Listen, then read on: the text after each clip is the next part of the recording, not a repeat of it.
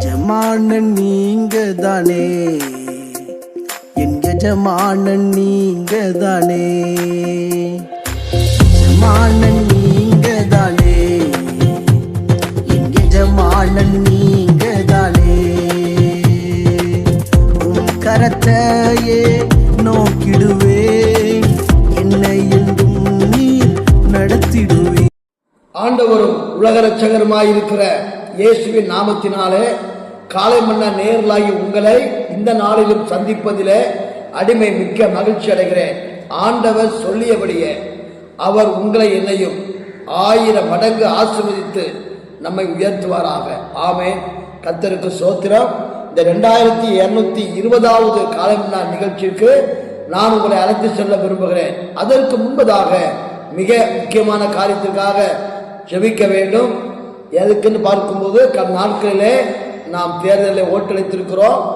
நாட்களிலே அந்த எண்ணிக்கை இருக்கிறது. அதிலையும் ஆண்டவர் ஒரு சமாதானமான முறையில் எண்ணிக்கையை ஏற்படுத்தி நல்ல முறையிலே நடத்தி கொடுப்பதற்காக ஜெபம் பண்ணுவோம்.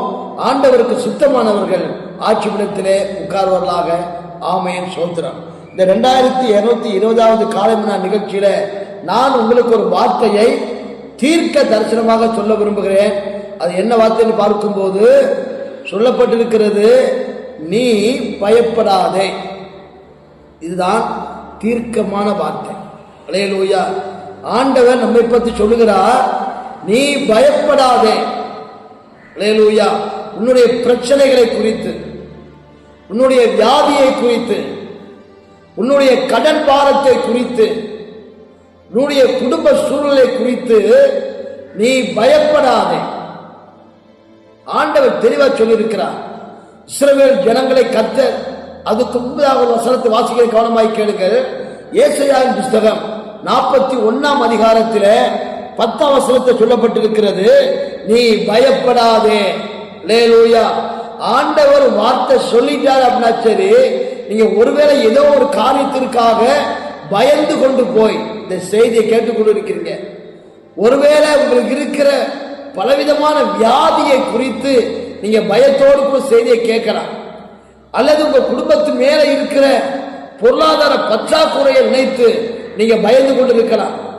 அல்லது உங்க பிள்ளைகளுக்கு எதிர்கால வாழ்க்கை இன்னும் அமையவில்லையே என்று சொல்லி நீங்கள் பயந்து கொண்டு இருக்கலாம். அல்லது உங்க பேர இருக்கிற கடன் பிரச்சனையை அடைக்க முடியவில்லையே என்று சொல்லி நீங்கள் பயப்பட்டு கொண்டு இருக்கலாம். கர்த்தர் சொல்லுகிறார், நீ பயப்படாத, நான் உனக்கு உதவி செய்ய முடியும் அப்படிங்கிறார். அல்லேலூயா.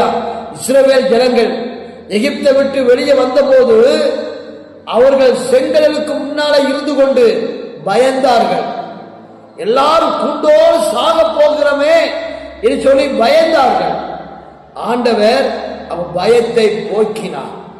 செங்கடலை 2ஆக பிளந்து கொடுத்தார். வெட்டாந்தரையில் நடந்து போகிறது போல நடந்து போனார்கள். ஐயா, அதே ஆண்டவர் இன்றைக்கு நம்மோடு தான் இருக்கிறார். இந்த காலை மன்னா செய்தியை கேட்கிற உங்களோடு கூட இருக்கிறார். நீங்கள் எந்த காரியத்தை குறித்தும் நீங்கள் பயப்பட வேண்டாம். பயப்படாதீங்க. ஏன் பயப்படுறீங்க?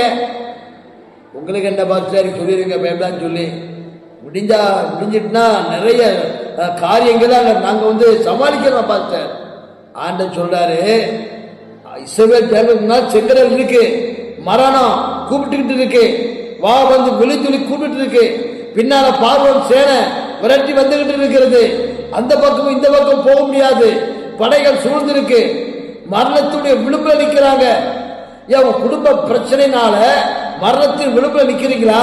இன்னைக்கு கர்த்தர் சொல்லுகிறா, நீ பயப்படாத, நான் உன்னோட இருக்கிறேன், நான் உனக்கு உதவி செய்வேன், நீ பயப்பட மட்டும் செய்யாத. அல்லேலூயா. ஏன் அப்படின்னா நீ பயந்த காரியம் உனக்கு வரும். ஆகினால நீ பயப்படாத. யோசுவா பயந்தான்.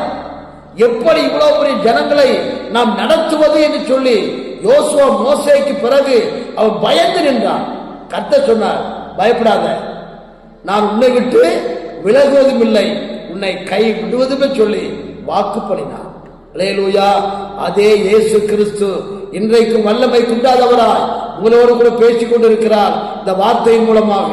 ஒருவேளை ஊழியக்காரர்கள் ஒருவேளை ஊழியத்தை குறித்து உங்க குடும்பத்தை குறித்து நீங்கள் பயந்து கொண்டிருக்கலாம்.